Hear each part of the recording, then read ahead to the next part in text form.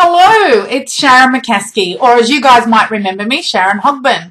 I just wanted to take a couple of minutes out of my day because I was sitting here looking at the St John's McKillops site thinking, I wish I was in New South Wales. I wanted, as soon as I was connected to the site, to rush out and go to that last dinner, to pick up as many phone calls as I can and sort of go, oh my God, I remember you, and oh my God, thank you for the stories, and thank you for the memories, and to many of you, thank you for the kindnesses that you showed me. It's funny actually, when I was invited back into the group by Gail, thank you so much for finding me. I am forever grateful. It's one of those situations that I think it was probably 3 or 4 days when I asked to join the group, then I was accepted into the group. And my formative years weren't all that confident for me. And all of a sudden, after 3 or 4 days, my husband asked me, what's the matter? Why are you being so grumpy? And I'm like, they don't want me. They don't like me. They remember me. And honestly, the day that I was sort of like, yes, come into the group, it was amazing. The feelings that flooded back, all the memories, all the feelings, all the emotions, everything came back. Going through those photos, I had to pick them up out of a giant blanket box. My husband is military. We've been traveling around together most of our married lives. He's now the operations manager for a mine site up at Barrow Island. He makes sure that Barrow Island stays environmentally sound, so if there's any toxic spills or oil spills, he goes in and cleans it all up.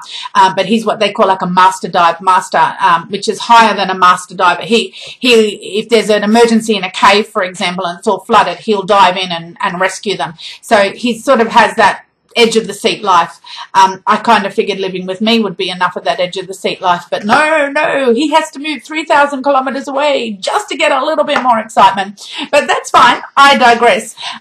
Basically what it is, ladies and gentlemen, is that I just wanted to say to you guys that for me personally, getting back in contact with you all, seeing how everybody is on those pages, the fact that it's an unfortunate thing that you can see on the pages and reading through the posts that some are not necessarily in a good place right now, and I'm sorry about that. I really genuinely am. I've been in my bad spots, and I know that the support was there for me, and to actually see the unconditional, lifelong, completely unjudgmental support that has come through on that page honestly makes me feel so glad that you are all in my life.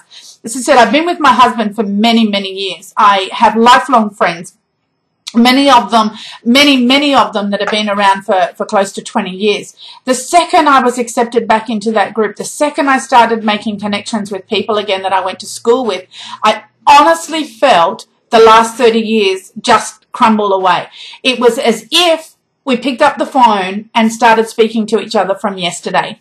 I wish I could be there. I wish wholeheartedly that I could be just grabbing lunches, going for the dinners and catching up with people. To see where we were to how far we've all come blows me away. I know that I probably look close to my 50 years of age. I think I'm 49 this year.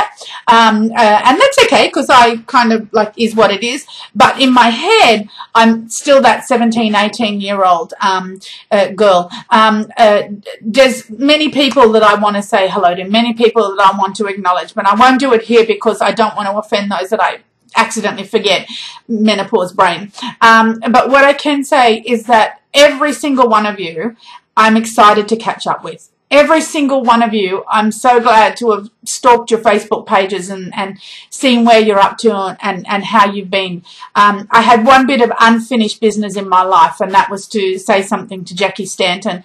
And this Facebook page gave me the opportunity to tell her how appreciated she was in my life. So if I died tomorrow, I would face God with a very empty plate. In other words, like nothing that I have left undone is to be undone, if that makes sense, or nothing that I need to do. I just feel very blessed to be in that position. I teach social media marketing. I also make documentaries. I'm heading up to Tox Free in a couple of weeks' time in Carafa to make a documentary on a day in the life of the workers of Tox Free. That unfortunately has halted some plans of when I'm getting over to New South Wales. I'm still trying desperately to go over April, May, and even if just to spend 5 days there. And I'll put that on Facebook to let people know if anyone wanted to catch up with me. The whole basis of my life has been interesting, to say the least. As I said, I've come from the schooling goes with yous to being a military wife to literally travelling around. I'm absolutely passionate about Australian history. Anything and anything I can grab my hands on. And I remember very, very, very clearly the day that happened. If you go into the classroom, I was at the back of the classroom, and I remember I was sitting in a corner, and there was Anne-Marie next to me, Anne-Marie Doran and Anne-Marie Scala, and the teacher, and I don't know who you were, but the teacher started speaking of Australian history, and my passion, my absolute passion had been ignited.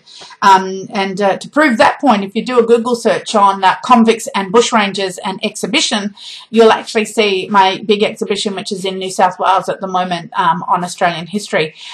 I tend to take projects over jobs. I get bored very, very quickly. So my projects last for 5 or 6 months, hence that, yes, I'll do a documentary. Yes, I'll do some marketing. Yes, I'll do some training, etc. Yes, I'll do some history. So it's more for me, I'm in a very lucky position to be in a, with a man who allows me all the freedom in the world to go and chase my dreams, and a son who gets on with me so well that when I produce these stupid ideas, his first question is, how do I get involved? I am in a very blessed position, and I can see that being part of the group has even made me more in a blessed position. And I just wanted to acknowledge that, and I just wanted to say that I see a lot of people going through pain. I see a lot of good times on there. And I see the unconditional and the unjudgmental and the what can we do to help you attitude. And it is just without a doubt one of the nicest groups to be involved with. And I wanted to say thank you for including me, and how much I am really, really looking forward to catching up with a few of you. Well, all of you, in fact, but a few that I remember very clearly. Thank you. And please, I don't know what else to say except memories. I better hang up because I'll start singing now. Okay. Oh, by the way, the final message goes to Marie Grosvenor, and that is, go Eastern Suburbs.